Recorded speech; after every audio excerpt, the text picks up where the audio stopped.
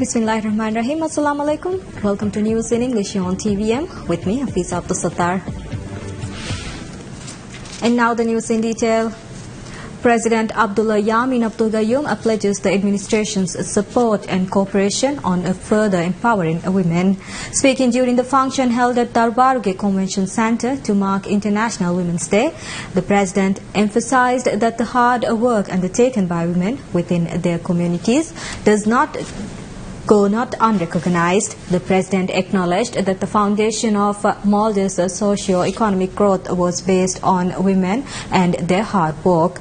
In his speech, the President also touched on invaluable efforts by the Maldives' first President, Sumubul Amir Muhammad Amin Doshmena Kilegifan, to promote and empower women in Maldives. He further recognized that the norm of formal women's education began during President Amin's term.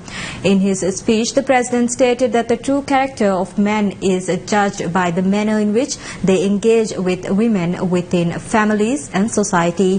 He appealed to all Maldivians to be supportive and helpful in the endeavors carried out by women. The President was accompanied in the ceremony by First Lady Fatmat Ibrahim, Vice President Abdullah Jihad, Cabinet Ministers and senior officials of his administration. Minister of Gender and Families Zenisha Shahid Zaki says work must be done to identify fields where women workers are few in numbers and integrate more women to such fields. Speaking at the special function held in Darbarge to mark the International Women's Day, Minister Zenisha said the government has been working on safeguarding women's rights and empowering women. She added that the government also prioritizes in making women economically independent and provide equal opportunities to women in various fields. She said that the ministry was working on amending the national gender policy. The gender minister further highlighted that the number of abuse cases concerning girls are higher than that of boys and that Maldives has a high average of girls being victims of sexual abuse cases. She said it was the responsibility of every citizen to protect the children and advocate the public against such heinous crimes. She further emphasized on the fact that many of the students who graduate with the highest qualifications in secondary and higher secondary education are women, and yet a low number of women working at the senior levels. International Women's Day is a global day celebrating the social, economic, cultural and political achievements of women. The day also marks a call to action for accelerating gender parity.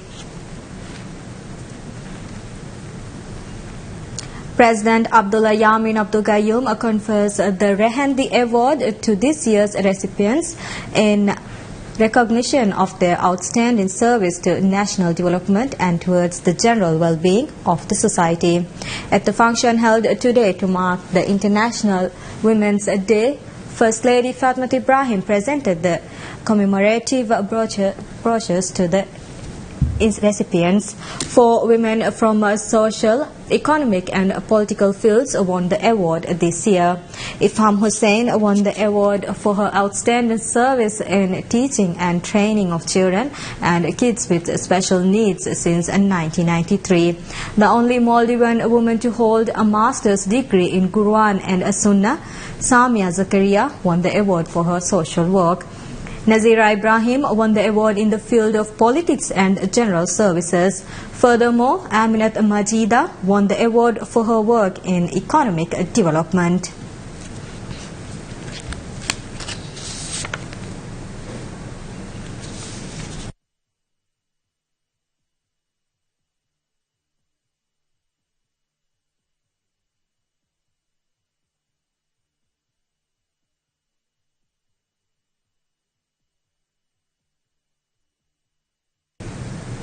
Minister of Economic Development Mohammed Saeed says that the free trade agreement negotiated by Maldives and China is an example to other countries. Speaking at the event held to commence the final phase of the negotiations on China-Maldives free trade agreement, Minister Saeed highlighted that the negotiations are seeking to establish free trade between the largest and the smallest economies in the world. He added that this shows the world that two countries with such huge economical differences can still work together. The final phase of the negotiations is scheduled to be concluded tomorrow, with Economic Minister Mohammed Saeed heading the Maldives delegation. During the negotiations, China agreed not to charge any tax for fish and seafood products being exported from Maldives. Minister Saeed said that the China-Maldives Free Trade Agreement will be signed during the month of June this year. The government is also seeking to establish free trade agreements with some of the biggest economies around the globe, including Great Britain, Japan and the United States.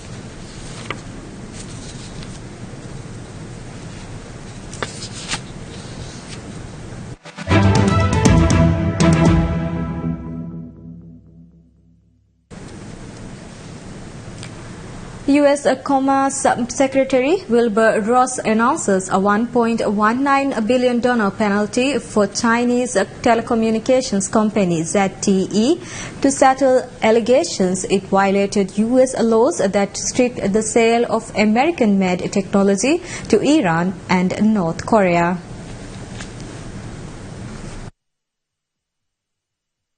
The settlement was made with Justice, the U.S. Commerce Department and the U.S. Department of Treasury.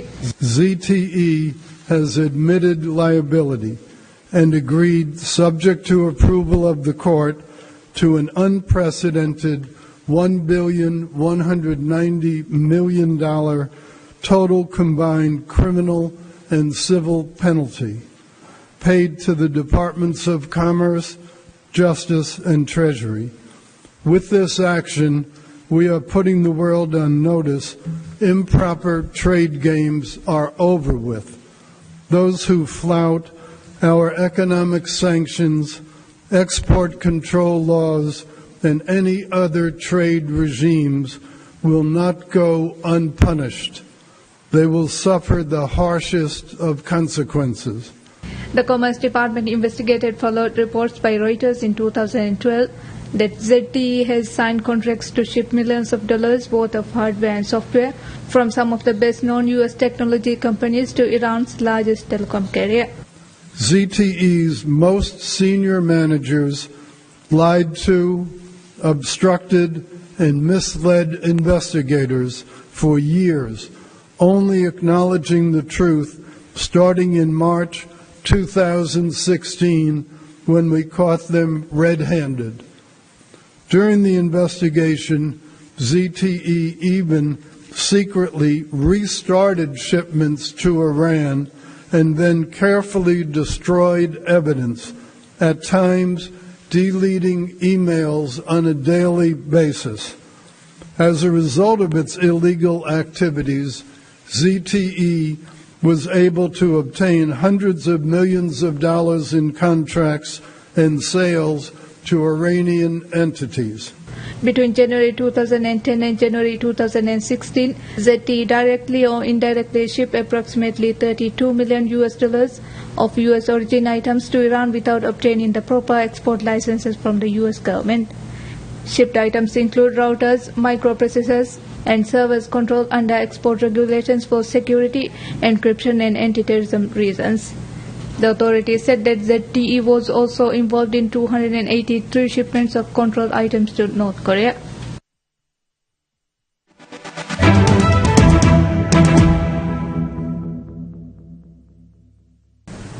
Anti-terrorism squad ATS in India's northern Lucknow city guns down a suspected member of the dreaded militant outfit IS.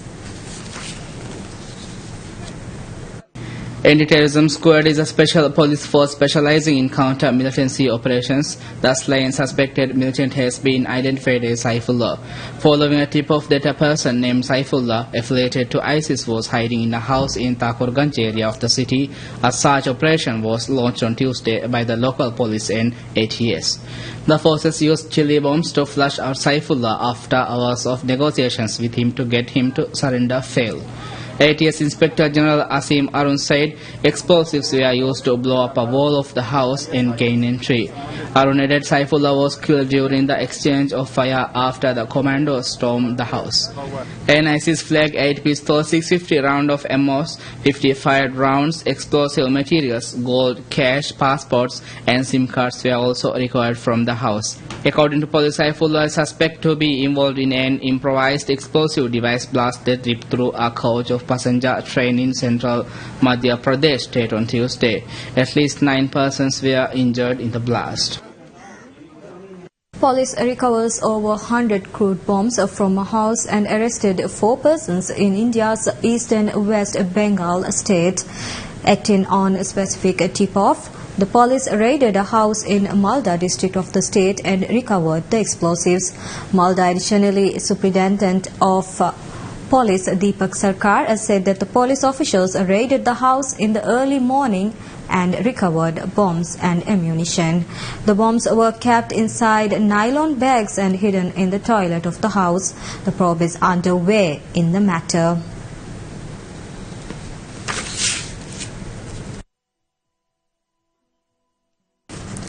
Afghan President Ashraf Ghani condemns an attack at a hospital in Kabul. Ghani said that a hospital is regarded as an immune site and attacking it is attacking the whole of Afghanistan. Officials and witnesses said that gunmen, including at least one dressed as a doctor, attacked a military hospital close to the US Embassy in the Afghan capital, Kabul, and were engaged in security forces inside the building. A security official said the attack began with an explosion at the rear of the 400-bed Sardar Muhammad Daud Khan Hospital, and 3 to 5 attackers with automatic weapons and hand grenades entered the complex. He said they had taken position on the 3rd and 4th floors of the hospital and were engaging special forces unit which had been sent to the scene. The attack on the hospital across the road from the heavily fortified US Embassy underlines warning by government officials that high-profile attacks in the Kabul are likely to escalate this year as the Taliban step up their insurgency. The area around the hospital near a busy traffic intersection was blocked by security forces. The attack comes just a week after dozens were killed and wounded in coordinated attacks on a police station and an office of intelligence service in Kabul. That attack was claimed by the Taliban, who are seeking to expel foreign troops and defeat the US-backed government. There was no immediate claim of responsibility. A Taliban spokesman said he had no immediate information. Pakistan's former National Security Advisor NSA, Mahmoud Ali Durrani, calls on Islamabad and New Delhi to settle their differences and start trusting each other. Relations between India and Pakistan, which have fought 3 wars since independence in 1947, nosedived since the 2008 attacks in financial capital Mumbai that killed 166 people and have not fully recovered. A dispute over the Kashmir region periodically flares into violence. Pakistan and India should learn to calm down and help each other. The biggest enemy of our good relations is one thing: mistrust. Pakistan makes a gesture, India says कि यार ये कुछ चक्कर है, ये ऐसी बात नहीं करेंगे. Similarly, the other way around. So this mistrust spoils everything. His comments came a day after he acknowledged that the Mumbai attacks were carried out by a militant group based in his own country. The nuclear-armed neighbors were brought to the brink of war after 10 gunmen killed commuters, foreigners and some of India's wealthy elite in a rampage in Mumbai that included attacks on 2 luxury hotels, a Jewish center and a train station. Durrani asserted that it was the responsibility of a state to ensure that its territory is not used for militant activities. Today, one of the inferences, one of the conclusions that we must come to is that no state, Pakistan, India or any other state, should not allow non-state actors to be active or declare a war on somebody. It is the responsibility of the state to make sure that its territory is not used. So I believe there is no role for non-state actors in interstate relations. Durrani, a retired army general, was the national security advisor to the Pakistan government when the Mumbai attacks took place. Iraqi Foreign Minister Ibrahim al-Jafari calls for a full cancellation of US President Donald Trump's new travel ban on Muslim-majority countries, though he welcomed lifting Iraq from the list. Trump signed on Monday a new executive order banning refugees and travelers from 6 Muslim-majority countries. It is actually a scaled-back version of the previous travel ban on people from 7 predominantly Muslim nations the president rolled out in late January. Ibrahim al-Jafari, who is participating in the ongoing Arab League Foreign Ministers meeting in the Egyptian capital of Cairo, welcomed the new directive and called for full cancellation of the ban. Under the new order, Iraq was taken off the initial banned list for reasons that its government has launched new visas vetting the data sharing procedures and that it has been a long-term partner of Washington in combating so-called IS militants. Except Iran, the other 5 of the 6 countries remaining in the revised ban, namely Libya, Syria, Somalia, Sudan and Yemen, are all Arab states. Delegates of the Arab League Foreign Ministers meeting voiced strong protest and reproach against the ban, claiming it undermines the foundation of their cooperation with the US instead of effectively combating terrorism.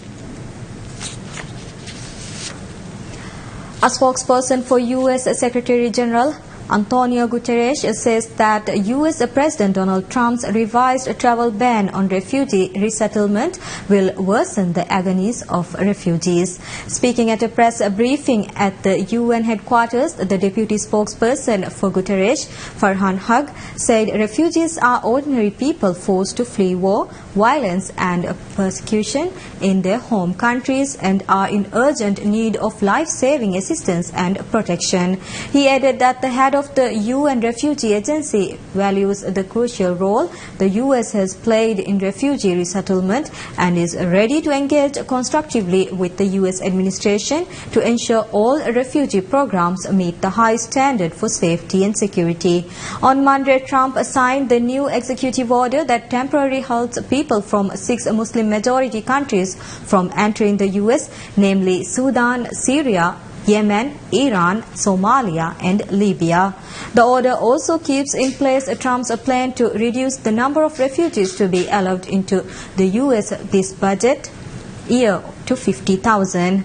The revised executive order comes after an initial ban was frozen by US federal courts.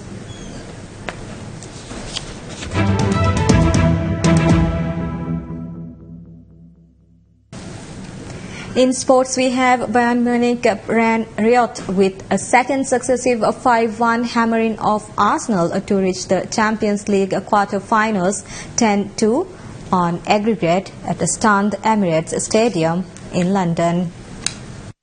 Trailing 5-1 from the first leg and striving to become the first team in Champions League history to overturn such a deficit, Arsenal led at half-time through Theo Walcott's goal.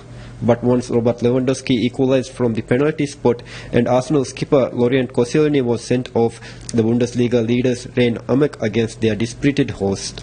Arjen Robben capitalized on a defensive mistake in the 68th minute before substitute Douglas Costa curled in a third to send Arsenal's fans streaming towards the exit. Bayern were not finished though, and Arturo Vidal struck twice as Arsenal slumped to their worst home defeat since 1998 and a 7th successive elimination at the competition's last 16th stage in humiliating fashion. Arsenal's fans had mounted a small-scale demonstration calling for an end to manager Arsene Wenger's 21-year reign at the club before kick-off, and there were more banners held up in the stands as the match came to its end. Wenger told reporters before blaming the referee for changing the game when he awarded the penalty to Bayern that he felt that his players produced a performance with spirit and pride.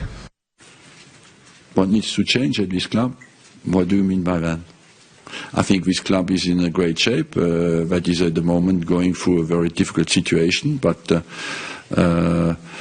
so what needs to change is the result in the next game. Ancelotti, bidding to win the Champions League with a third club after triumphs with AC Milan and Real Madrid, had some sympathy for his under-fire former Premier League adversary. It's a little bit strange, but football is like this. I think that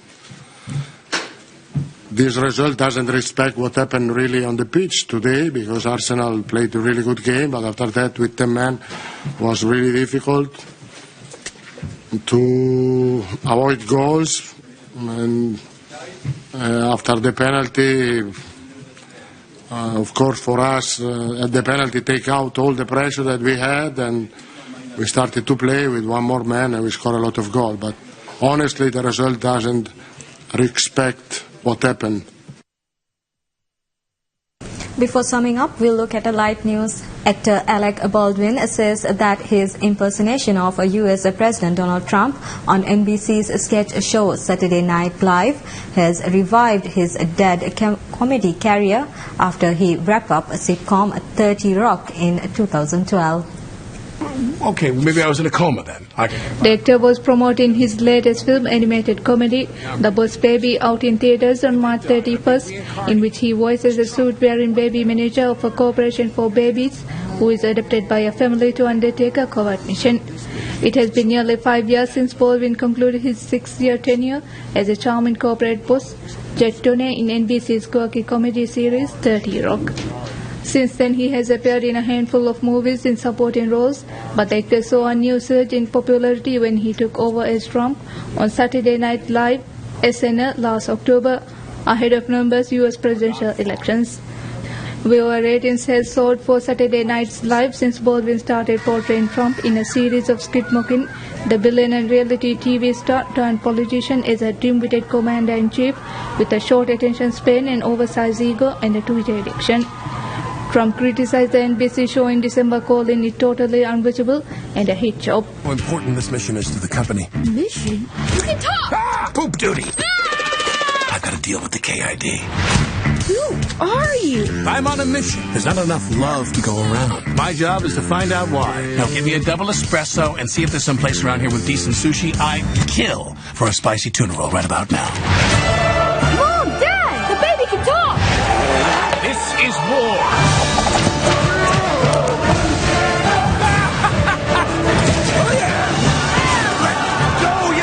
The kids are finally getting along. That's nice. And that's all we have for this hour. Thank you for watching. Wish you all a very pleasant night ahead.